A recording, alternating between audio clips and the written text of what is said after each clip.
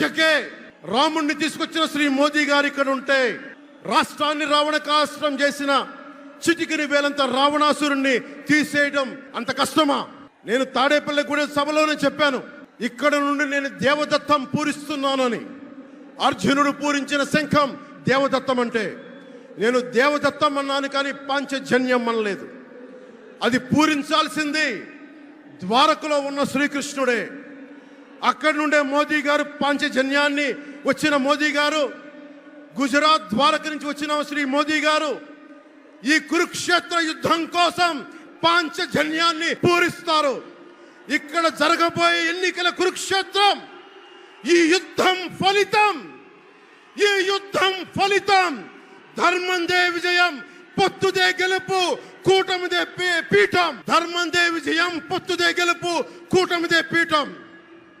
Jai Hind.